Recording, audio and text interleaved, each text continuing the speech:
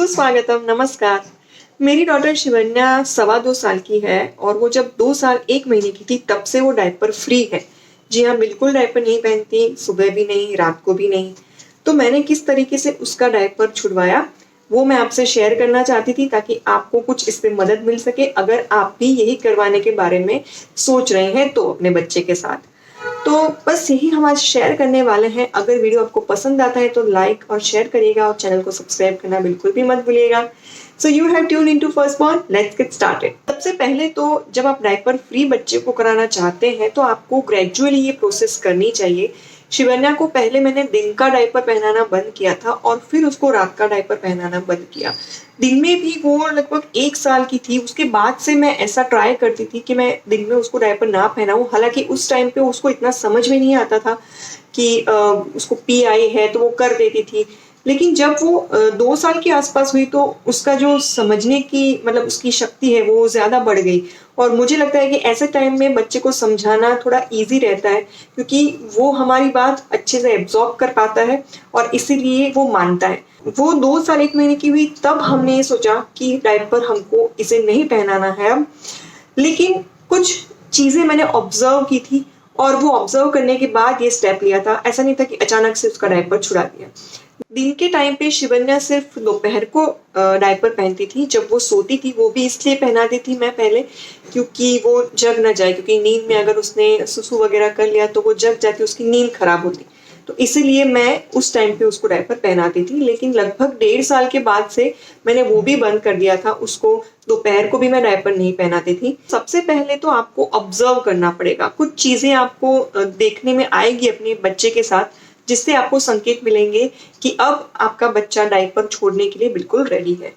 तो उसमें सबसे पहला क्या हो सकता है कि आप जब बच्चे को डायपर पहना रहे हो तो वो डायपर पहनने से मना कर दे और इधर-उधर भागने लगे, उसको कुछ भी करके बस डायपर से उसको छुटकारा चाहिए हो, वो डायपर में कंफर्टेबल फील ना करता हो और जब आप उसको नॉर्मल अंडरपैंट्स वगैरह पहनाओ तब वो कंफर्टेबल फील करता हो, तो ये एक संकेत हो सकता है कि आपके बच्चे को अब डायपर नहीं पहनना है। दूसरी चीज़ कि अगर आप बच्चे को जो भी साइज़ के मतलब डायपर पैंट्स या कोई भी डायपर पहना रहे हैं, तो अगर बहुत बड़ी साइज़ आप बच्चे को पहना रहे हैं फिर भी उसको टाइट हो रही है, जैसे शिवन्या को हम लोग डबल एक्सेल साइज़ के डायपर पहनाते थे। वो जो उसका वेट था उससे थोड़ा ज़्यादा था, थोड़ी बड़ी साइज़ का था वो, इसीलिए क्योंकि मुझे ऐसा लगता था कि उसको वो निशान वगैरह नहीं पड़ेंगे पेट के ऊपर। तो मैं इसीलिए उसको डबल एक्सेल साइज़ का पहनाती थी, लेकिन वो भी डायपर उसको थोड़ा टाइट होने लगा था। तो मैंने सोचा कि अब तो मतलब ट्रिपल एक्सेल साइज़ का तो बहुत ही ज़्यादा एज वाले बच्चों के लिए होता है। तो मुझे तब ऐसा लगा कि हो सकता है कि अब इसका डायपर बंद करवाने का समय आ गया है। तो उसने रात को सुसु करने की जो उसकी फ्रीक्वेंसी थी, वो एकदम खत्म ही हो गई थी। मतलब कि जब मैं उसका डायपर सुबह निकालती थी, तो उसने उसमें सुसु की ही नहीं होती थी। तो मुझे ये पता चल जाता था कि हाँ, अभी इसने रात भर इसको पी करने की ज़रूरत नहीं पड़ी है और ये मैंने कंटिन्यूअस थोड़े दिन नोटिस किया। तो उसके बाद 4-5 दिन के बाद या 1 हफ्ते के बाद शायद मैंने ये तय किया कि अब ज़रूरत नहीं लग रही उसको रात को डायपर पहनाने की, क्योंकि वैसे भी वो डायपर खराब करती नहीं। दूसरी एक चीज़ आप ये भी नोटिस कर सकते हैं कि जैसे कि मैंने दिन के टाइम पे बोला, तो दिन में भी दोपहर को अगर बच्चा सोता है तो भी आपने डायपर पहनाया और फिर उठने के बाद तक उसने डायपर खराब ही नहीं किया है, तो इसका मतलब वो उन पर्टिकुलर 2-3 घंटों में पी कर ही नहीं रहा है। और अगर आपने उसके बाद भी उसको डायपर पहना के रखा तो आप देखते रहिए कि वो कितना डायपर खराब करता है। अगर वो डायपर में पी नहीं करता है या फिर वो ज़्यादा डायपर खराब नहीं करता है तो ये भी एक संकेत हो सकता है कि आप अब बच्चे का डायपर छुड़वा सकते हैं। तो अब बारी आती है बच्चे को ट्रेन करने की। तो उसमें कुछ स्टेप्स हैं। सबसे पहले तो आपको, जैसे मैंने बोला कि बच्चे को दिन का डायपर छुड़वाइए, उसके बाद ही रात का डायपर छुड़वाइए। इट्स लाइक अ फीडिंग छुड़वाने वाली प्रोसेस। तो आपको इसमें क्या करना पड़ेगा कि आपको ऑब्जर्व करना पड़ेगा कि बच्चा कितने पर्टिकुलर टाइम के बाद पी करने जाता है। उस टाइम से पहले आप अपने बच्चे को बाथरूम में लेके जाइए और उसको वहां पे ही पी करा दीजिए। तो मैं शिवन्या को हर 1.5 से 2 घंटे के आसपास मैं उसको बाथरूम में लेके जाती थी, जहाँ पे वो अच्छी तरीके से पी कर लेती थी, तो उसको बाहर करने का कोई प्रॉब्लम नहीं होता था। हाँ, ये शुरुआत में क्या होगा कि आप बच्चे को ट्रेन कर रहे हो तो हो सकता है कि वो बाहर भी कभी कभार सुसु कर भी दे। तो ऐसे टाइम में आपको बच्चे को डांटना नहीं है, बच्चे को शांति से समझाना है कि अरे बेटा, तुमने यहाँ पे सुसु कर दिया बाहर, कोई बात नहीं, मैं अभी साफ कर देती हूँ, लेकिन अभी नेक्स्ट टाइम तुमको जब भी सुसु आए तो मम्मा को बोलना कि बाथरूम में जाना है। इस तरीके से आपको बच्चे को शांति से समझाना है।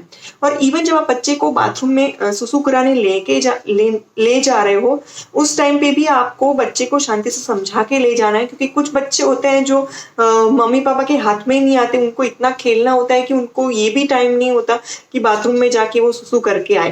तो शिवन्या के साथ यही होता है। वो कई बार मैं उसको जब पी कराने के लिए लेके जाने की बात करती हूँ तो वो ना ही बोल देती है डायरेक्ट, मुझे नहीं जाना।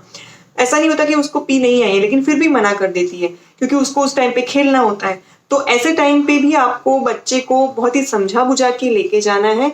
आप इसमें ऐसा भी ट्राई कर सकते हैं कि बच्चे को बोलो कि देखो, अभी तुम नहीं गई सुसु करने तो डैडी फर्स्ट आ जाएंगे या मम्मा फर्स्ट आ जाएगी। This works for me every time. अभी भी मैं यही करती हूँ, क्योंकि शिवन्या जब खेलती है उस टाइम पे मैं उसको बोलूं कि चलो अभी सब खत्म करो और बाथरूम में चलो, तो वो बिल्कुल नहीं करती, मेरी बात नहीं मानती। तो उसको इस तरीके से हम लोग समझाते हैं कि चलो अभी बाबा फर्स्ट आ जाएंगे और तुम सेकंड आ जाओगी, तो वो फट से तैयार हो जाती।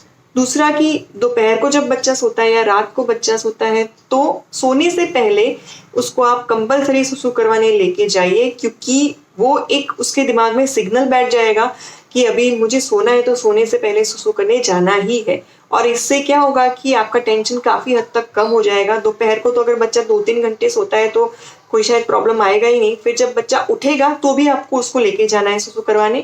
फिर रात को जब आपने बच्चे को सुलाया तो रात में हो सकता है बच्चे को सुसु करने जाने की जरूरत पड़े 2 बार या 3 बार। तो जब भी आपका बच्चा उठता है आप उसको पूछेंगे कि तुमको सुसु आई है। अगर बच्चा थोड़ा समझ नहीं रहा है और वो जवाब नहीं दे रहा है आपको, तो आप बच्चे को डायरेक्ट उठा के बाथरूम में लेके जा सकते हैं और फिर उसको सुसु वहां पे करवा सकते हैं, क्योंकि वो नींद में होगा तो भी सुसु तो कर ही लेगा। जैसे वो नींद में फीड कर लेता है वैसे बच्चा सुसु भी कर देगा। तो ये आपके ऊपर है, आपको देखना है आपका बच्चा किस पर्टिकुलर फ्रीक्वेंसी में सुसु करता है। दूसरी बात आपको याद रखनी है कि सुबह भी जब बच्चा उठेगा तो आप पहले उसको सुसु करवाने ही लेके जाइए, वरना फिर चांसेस हो सकते हैं कि बच्चा कहीं पे भी खराब कर दे। मैं क्या करती थी, मेरे पास एक प्लास्टिक की शीट है, तो वो मतलब उसका बॉर्न हुआ तब से है, तो मैं उसको बेड में चादर के नीचे ऐसे बिछा के रख देती हूँ। अभी एस की वो प्लास्टिक की शीट है तो वो इधर उधर होने के चांसेस रहते हैं, बट एस की वो बहुत ही बड़ी है साइज में, तो हमको खास इतना प्रॉब्लम नहीं आता है। और अगर आता है तो हम लोग एडजस्ट कर लेते हैं। और फिर उसके ऊपर जो है नॉर्मल चादर बिछानी है, और फिर उसके ऊपर हम लोग फिर एक एक्स्ट्रा चादर बिछाते थे जब हमने उसको ये रात को डायपर पहनाना बंद किया तब। इससे क्या होगा कि अगर बच्चे ने सुसु कर भी ली तो ऊपर की जो चादर है वो खराब होगी, नीचे की जो आपकी मेन चादर है वो खराब नहीं होगी। और उसमें भी उस पर्टिकुलर जो एक्स्ट्रा चादर आप रख रहे हैं उसके आप डबल फोल्ड करके आप रख सकते हो अपने हिसाब से, या फिर अगर आपके पास कोई वो कॉटन की मैट है बड़ी वाली तो वो भी आप अच्छी तरीके से बिछा सकते हो, ताकि आप सुबह वो मैट ही डायरेक्टली धोने लेके जा सको अगर बच्चे ने खराब किया है। प्लस आप ये भी करिए कि आप एक्स्ट्रा एक आध पैर भी साइड में रखिए, ताकि अगर बच्चे ने रात को सुसु कर ली तो आप आराम से उसको हटा दें। दूसरा कि आप जब बच्चे को रात को डायपर पहनाना बंद करेंगे और समझिए कि वो रात में बिल्कुल भी सुसु करने नहीं जाता है, और आपने ऑब्जर्व किया कि लगभग डायपर ना पहनाने के एक आध हफ्ते बाद भी उसने बिल्कुल भी सुसु नहीं की है, तो फिर आप वो जो एक्स्ट्रा चादर है वो आप बिछाना बंद कर सकते हैं। हम लोगों ने ऐसा ही किया था शुरुआत में, कुछ दिन लगभग एक आध हफ्ता हमने एक्स्ट्रा चादर बिछाई, फिर वो भी बंद कर दिया और अब तो बिल्कुल भी नहीं बिछाते। हाँ, नीचे प्लास्टिक बिछाया हुआ है तो ये हमको काफी हेल्पफुल रहता है। ये सब तरीके से हेल्पफुल रहता है। अगर कुछ और भी बच्चे ने खराब कर दिया, पानी अगर बेड पे गिरा दिया, तो भी वो सेफ रहता है कि नीचे का गद्दा आपका खराब नहीं होता। शिवन्या की अगर मैं बात करूं तो जब से हमने उसको डायपर पहनाना बंद किया रात को, उसका 9 मई को बर्थडे आता है, 9 जून से हमने उसको पहनाना बंद कर दिया था जब वो 2 साल की हुई, उसके ऊपर 1 महीना। फिर उसने मतलब जब पहले दिन से हमने डायपर पहनाना बंद किया तो थैंकफुली मुझे उसको रात को भी सुसु कराने लेके जाना नहीं पड़ता था। डायरेक्ट उसको सुबह उठती थी तो मैं लेके जाती थी और उसने बेड ऐसे सच बहुत ज़्यादा बार खराब भी नहीं किया, सिर्फ एक बार उसने सुबह जब वो उठी तो शायद उससे रहा नहीं गया तो उसने बेड खराब कर दिया था। उसके अलावा मुझे याद नहीं है कि उसने बेड खराब किया हो, और बाहर कहीं दिन के टाइम पे शायद 3-4 बार कर दी होगी सुसु, वो भी उसको एकदम कंट्रोल नहीं हुआ होगा इसलिए। लेकिन ये जो चीज़ है वो काफ़ी हद तक काम करती है, अगर आप बच्चे को टाइम टू टाइम सुसु करवाने लेके जाएँ, तो फिर बच्चे की जो फ्रीक्वेंसी है सुसु करने की, वो भी एक तरीके से सेट हो जाती है। अब शिवन्या को ऐसा हो गया है कि जब मैं उसको बाथरूम में लेके जाती हूँ, सुबह लेके जाती हूँ या फिर जब नहलाने के टाइम पे लेके जाती हूँ, तब अगर मैंने नहीं बोला तभी भी वो सुसु कर ही देगी। अब तो मुझे कई बार सामने से पूछती है कि मम्मा मैं सुसु कर लूँ? और उसके अलावा भी आप बच्चे को मतलब दिन में ऐसे याद कराते रहिए कि तुमको सुसु आई हो तो मुझे बोलना, हाँ मैं तुमको लेके जाऊंगी। और उसको सुसु करवाने से पहले भी आप ऐसा कर सकते हैं कि आपको 2-3 बार उसको बोलना पड़ेगा, चलो बेटा आप सुसु करने जाना है, चलो बेटा आप सुसु करने जाना है। तो कहीं ना कहीं उसके दिमाग में ये सिग्नल बैठ जाएगा कि नहीं अब मुझे सुसु करने जाना है, तो मुझे बाथरूम में ही करनी है, बाहर नहीं करनी है। तो इसी तरीके से बच्चे सेट हो जाते हैं। शिवन्या को अब मैं कहीं बाहर भी जाती हूँ, इवन मेरे मम्मी के घर पे भी जाते हैं, तो भी उसको मैं रास्ते में डायपर नहीं पहनाती। हाँ, अगर लॉन्ग ड्राइव कहीं है जैसे कि 4-5 घंटे का समय और जाना है, तो उस टाइम पे कार में अगर आप जा रहे हैं या किसी व्हीकल में, तो पहनाना बच्चे को सेफ रहता है, क्योंकि उस टाइम पे पता नहीं है कि बच्चा सुसु करेगा या पॉटी कर देगा।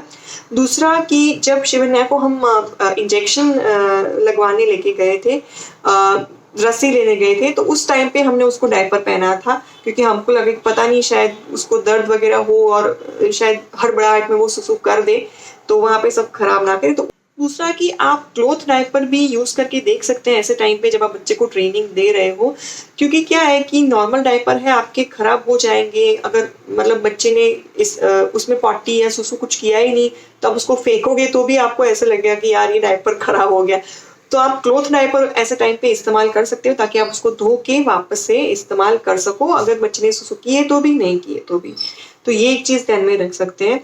और दूसरा एक पॉइंट जो मुझे इसमें बताना था कि कई बार जब बच्चे को आप बाथरूम में लेके जाते हैं सुसु करवाने, तो वो मना कर देता है। उसका रीज़न ये भी हो सकता है कि उसको कुछ रैश वगैरह हुआ हो उसके प्राइवेट पार्ट पे।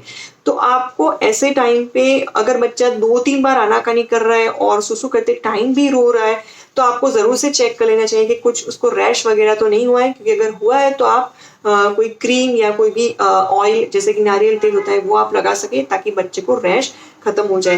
देखिए रैश ऐसा ज़रूरी नहीं है कि डायपर से ही होता है, कई बार अगर बच्चे ने बहुत ही टाइट क्लोथ पहन लिया है, उसका अंडर पैंट या उसकी जो उसका ट्रैक होगा वो, तो ऐसे टाइम पे भी उसको हो सकता है कि रैश हो जाए। तो आपको इसमें से कोई भी टिप हेल्पफुल रहती है तो मुझे प्लीज़ कमेंट करके बताइए, मुझे बहुत ही अच्छा लगेगा कि मेरे वीडियो से आपको कुछ ना कुछ हेल्प मिली।